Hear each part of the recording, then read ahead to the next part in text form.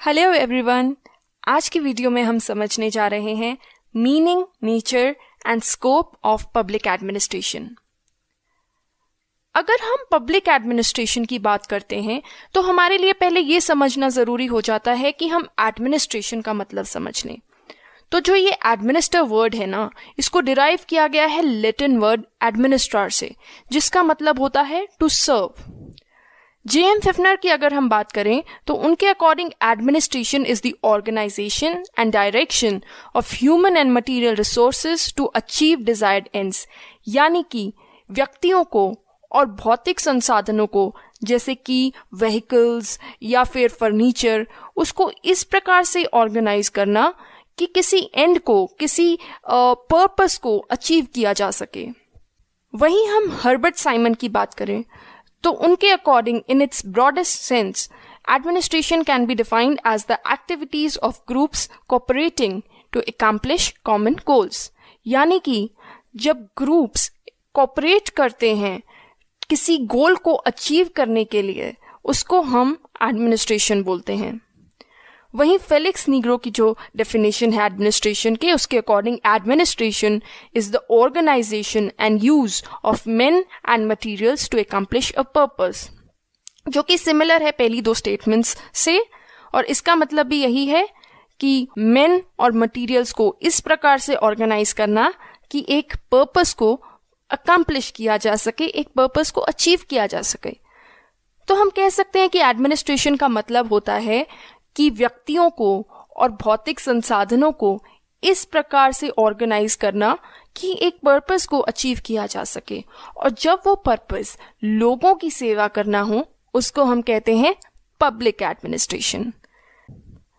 तो public administration की बात करें तो पब्लिक एडमिनिस्ट्रेशन को लेकर भी काफी सारी डेफिनेशंस हैं, जिसमें सबसे पहले आती है एल.डी. वाइट की डेफिनेशन, जिनके according public administration comprises all those operations that have for their purpose the fulfillment or enforcement of public policy, यानी कि वो सभी एक्टिविटीज जिनका पर्पस यानी कि उद्देश्य होता है कि पब्लिक पॉलिसी को इन्फोर्स करना, लागू करना पब्लिक पॉलिसी को, वो सभी एक्टिविटीज, ऑपरेशंस पब्लिक एडमिनिस्ट्रेशन में आते हैं। इयन ग्लैडन कहते हैं कि public administration is concerned with administration of the government, यानी कि सरकार के प्रशासन से वो रिलेट करते हैं पब्लिक एडमिनिस्ट्रेशन को। लूथर गलिक की अगर हम बात करें तो वो कहते हैं कि public administration is that part of science of administration which has to do with the government. It concerns itself primarily with the executive branch where the work of the government is done. उनकी इस definition के दो different parts हैं। अपने पहले part में वो कहते हैं कि public administration is that part of science of administration which has to do with the government. वो भी रिलेट कर रहे हैं पब्लिक एडमिनिस्ट्रेशन को सरकार के प्रशासन से अपनी डेफिनेशन के पहले पार्ट में। और वहीं दूसरे पार्ट में वो कहते हैं कि it concerns itself primarily with the executive branch, यानी कि वो पब्लिक एडमिनिस्ट्रेशन को रिलेट कर रहे हैं सिर्फ और सिर्फ एग्जीक्यूटिव ब्रांच से, यानी कि जो कार्यपालिका होती है ना सरकार की, सिर्फ वो जो है, सिर्फ एग्जीक्यूटिव ब्रांच की एक्टिविटीज ही पब्लिक एडमिनिस्ट्रेशन का पार्ट है। तो हम कह सकते हैं कि पब्लिक एडमिनिस्ट्रेशन में वो सभी एक्टिविटीज आती हैं जिसके द्वारा जो सरकार है वो लोगों को सर्व करती है। तो हम यही कह सकते हैं कि पब्लिक एडमिनिस्ट्रेशन एक ऐसा प्रशासन है जिसमें लोगों को और मटेरियल रिसोर्सेज को इस प्रकार से ऑर्गेनाइज किया जा सकता है कि वो लोगों को सर्व कर सकें, लोगों का ध्यान रख सकें। वहीं अगर हम नेचर ऑफ पब्लिक एडमिनिस्ट्रेशन की बात करें तो नेचर ऑफ पब्लिक एडमिनिस्ट्रेशन को लेकर दो डिफरेंट व्यू पॉइंट्स हैं। एक तरीका है कैटेगराइज करने का नैरो और ब्रॉडर व्यू पॉइंट में, और दूसरा तरीका है नेचर को कैटेगराइज करने का, वो है integral and managerial view point में। तो जो मैनेजरियल और नैरो व्यू पॉइंट है वो काफी सिमिलर है, और इंटेग्रल और ब्रॉडर व्यू पॉइंट जो है वो सिमिलर है। तो पहले हम समझते हैं कि मैनेजरियल और नैरो व्यू पॉइंट क्या कहता है। ये जो संकीर्ण व्यू पॉइंट है ना, इसके अकॉर्डिंग सिर्फ और सिर्फ जो मैनेजरियल एक्टिविटीज होती हैं, सिर्फ वही पब्लिक एडमिनिस्ट्रेशन का पार्ट है। मैनेजमेंट से रिलेटेड जितने भी फंक्शंस हैं वो सभी के सभी फंक्शंस पब्लिक एडमिनिस्ट्रेशन का पार्ट हैं। बाकी सभी एक्टिविटीज चाहे वो क्लेरिकल लेवल की हों, ये जो एक्टिविटीज हैं वो पब्लिक एडमिनिस्ट्रेशन का पार्ट नहीं है। इस व्यू पॉइंट को सपोर्ट करते हैं हर्बर्ट साइमन एंड लूथर गलिक। सरकार के पर्सपेक्टिव में अगर हम बात करें तो इस व्यू पॉइंट का मतलब ये होगा कि सिर्फ और सिर्फ जो एग्जीक्यूटिव ब्रांच है वो ही पब्लिक एडमिनिस्ट्रेशन का पार्ट है, बाकी दूसरी एक्टिविटीज जो हैं वो पब्लिक एडमिनिस्ट्रेशन का पार्ट नहीं है। वहीं हम इंटीग्रल और ब्रॉडर व्यू पॉइंट की बात करें तो इस व्यू पॉइंट के according public administration is the sum total of all the activities of the government, यानी कि चाहे वो लेजिस्लेटिव एक्टिविटीज हों चाहे वो एग्जीक्यूटिव एक्टिविटीज हों, सभी की सभी एक्टिविटीज सरकार की पब्लिक एडमिनिस्ट्रेशन का पार्ट है।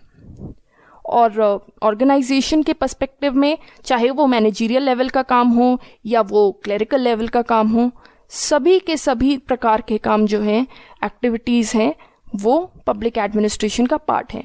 और इस व्यू पॉइंट को सपोर्ट करते हैं हेनरी फेयोल, एल.डी. वाइट और मार्शल डिमॉक। अब आता है स्कोप ऑफ पब्लिक एडमिनिस्ट्रेशन। इसमें हम समझते हैं कि पब्लिक एडमिनिस्ट्रेशन का एरिया क्या है। इसको लेकर भी दो व्यूज हैं, पहला है पोस्ट कॉर व्यू और दूसरा है subject matter view. POSDCORB view, देखिए पोस्ट कॉर्प क्या है। पोस्ट कॉर्प एक शब्द है, एक वर्ड है जो डिफरेंट वर्ड्स के इनिशियल्स को लेके बनाया गया है। और पोस्ट कॉर्प में पी का मतलब है प्लानिंग, ओ का मतलब है ऑर्गेनाइजिंग, एस का मतलब है स्टाफिंग, डी का मतलब है डायरेक्टिंग, सी ओ का मतलब है कोऑर्डिनेटिंग, आर का मतलब है रिपोर्टिंग और बी का मतलब है बजटिंग। तो इन शब्दों को मिलाकर ना पोस्ट कॉर्प वर्ड बना है। ये दिया गया था लूथर गलिक और लिंडन उर्विक द्वारा, जिनके अकॉर्डिंग जो एडमिनिस्ट्रेशन है उसके 7 इंपॉर्टेंट एलिमेंट्स होते हैं। पहला उसमें होता है प्लानिंग। प्लानिंग में आता है कि क्या ऑर्गेनाइजेशन में किया जाना चाहिए और जो ऑर्गेनाइजेशन के गोल्स हैं उनको किस प्रकार से अचीव किया जाए। ऑर्गेनाइजिंग का मतलब work should be allocated properly, यानी कि कार्य को ढंग से डिस्ट्रीब्यूट किया जाए, जो जिस कार्य में एक्सपर्ट है उसको वो कार्य सौंपा जाए। तीसरा है स्टाफिंग। स्टाफिंग से आप समझ ही गए होंगे, स्टाफिंग का मतलब होता है कि ढंग से अच्छे से ट्रेन किया जाए जो एम्प्लॉयज़ हैं और जो कंडीशंस हैं वर्क की वो भी फेवरेबल हों, अच्छी कंडीशंस हो कार्य की, ताकि जो स्टाफ है वो अच्छे से कार्य कर सके। फिर आता है डायरेक्टिंग। डायरेक्टिंग में आता है कि एक ऑर्गेनाइजेशन में डिसीजंस किस प्रकार से लिए जाते हैं और कैसे जो डिसीजंस लिए गए हैं वो एक ऑर्गेनाइजेशन में सभी एम्प्लॉयज़ तक पहुंचते हैं। उसके बाद कोऑर्डिनेटिंग। देखिए coordinating is important for any organization, तो to establish coordination between workers and executives is very important. तो कोऑर्डिनेशन में आता है कि समन्वय एक स्थापित किया जाए, कोऑर्डिनेशन एस्टैब्लिश किया जाए जो ऑर्गेनाइजेशन में वर्कर्स हैं वो और जो एग्जीक्यूटिव्स हैं उनके बीच में। फिर आता है रिपोर्टिंग। रिपोर्टिंग में आता है कि रिपोर्ट्स कैसे प्रिपेयर की जाती हैं और जो रिपोर्ट्स प्रिपेयर की गई हैं उनको एक सबऑर्डिनेट सुपीरियर को किस प्रकार से रिपोर्ट करता है। फिर लास्ट आता है बजटिंग। बजटिंग में आप समझ ही गए होंगे, इसका मतलब है कि ऑर्गेनाइजेशन अपना बजट किस प्रकार से प्रिपेयर करती है, कैसे वो अपने फाइनेंसेस का ध्यान रखती है, कैसे वो उनको प्लान करती है, कैसे वो ध्यान रखती है अपने एक्सपेंडिचर्स का और जो उनकी इनकम हुई है उसको कैसे ध्यान रखती है। तो ये सब जो है ये बजटिंग में आता है। अब सब्जेक्ट मैटर व्यू क्या कहता है? ये कहता है जो पोस्ट कॉर्प है ना, ये तो सिर्फ टेक्निक्स हैं और टेक्निक्स को स्टडी करना काफ़ी नहीं है पब्लिक एडमिनिस्ट्रेशन की स्टडी के लिए। तो subject matter view is subject oriented rather than technique oriented. Why? क्योंकि every subject has a different concern and the way of functioning which should be studied. हर सब्जेक्ट का एक डिफरेंट कंसर्न होता है और एक डिफरेंट वे होता है फंक्शनिंग का, जिसे हमें स्टडी करना चाहिए। कैसे? जैसे कि आप समझिए कि 2 डिफरेंट डिपार्टमेंट्स हैं। एक तरफ हम लेते हैं हेल्थ डिपार्टमेंट को और दूसरी तरफ हम लेते हैं एजुकेशन डिपार्टमेंट को। अब हेल्थ डिपार्टमेंट के जो कंसर्न्स हैं वो ये होंगे कि कैसे सभी तक वैक्सीन्स पहुंचाई जाएं, और एजुकेशन डिपार्टमेंट जो है उनके कंसर्न्स होंगे कि ज़्यादा से ज़्यादा लोगों को एडुकेट कैसे किया जाए। तो ये अलग अलग कंसर्न्स हैं। तो इन कंसर्न्स को स्टडी करना, इस सब्जेक्ट को स्टडी करना भी बहुत ज़रूरी है कि पब्लिक एडमिनिस्ट्रेशन किस बैकग्राउंड में ऑपरेट कर रही है। तो ये सब्जेक्ट मैटर व्यू कहता है। तो मतलब हमें पब्लिक एडमिनिस्ट्रेशन की टेक्निक्स तो समझनी चाहिए, साथ ही साथ जो सब्जेक्ट है जिस बैकग्राउंड में वो ऑपरेट कर रही है, चाहे वो हेल्थ डिपार्टमेंट हो चाहे एजुकेशन डिपार्टमेंट हो, उसकी भी स्टडी करनी चाहिए।